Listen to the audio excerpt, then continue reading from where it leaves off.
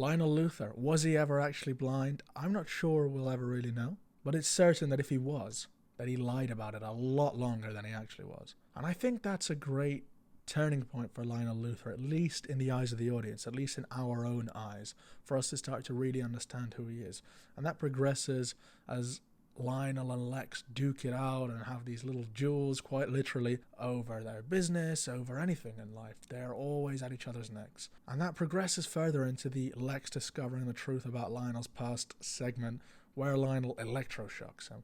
And we really see the evil there. Lionel's treated his son horribly and has done before, and Lex has been telling us about this all along, and there's nothing he can do about it, and Lionel's using Chloe for his own gain. And actually in one of those switcheroo episodes, we see that Lionel actually might have some sexual feelings for Chloe, and that makes things even weirder. But Lionel never stays the same for too long in Smallville, and I think that's what makes him one of the great characters in this show. Glover's performance is amazing, and the way the character twists and turns constantly, and it's always interesting. When he's evil, when he's good, when he's somewhere in between, he's always captivating. The great hair, the attitude, the voice, everything. When he comes into contact with his special Kryptonian artifact, he becomes Jor-El's vessel, and that changes him. For a time, he can speak to Clark as if he is Jor-El, but for the most part, he becomes a blend of the Lionel Luthor that once was, and of all the knowledge amassed from Jor-El's entire life. And that combined together creates a new character, an even better character. Now, Clark knows there's some connection between Lionel and his father, and there's some sort of vessel thing going on, but I don't think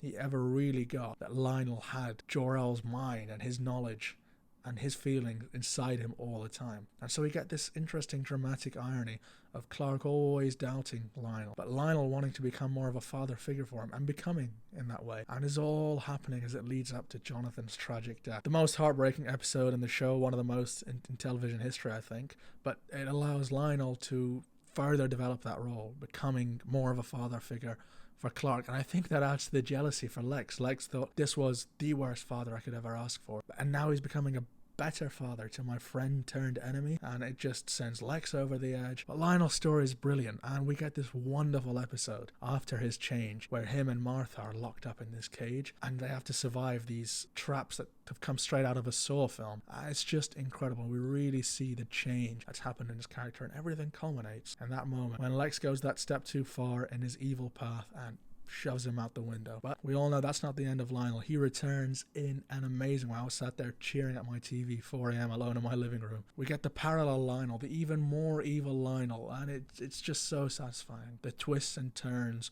of this brilliant character is incredible to watch.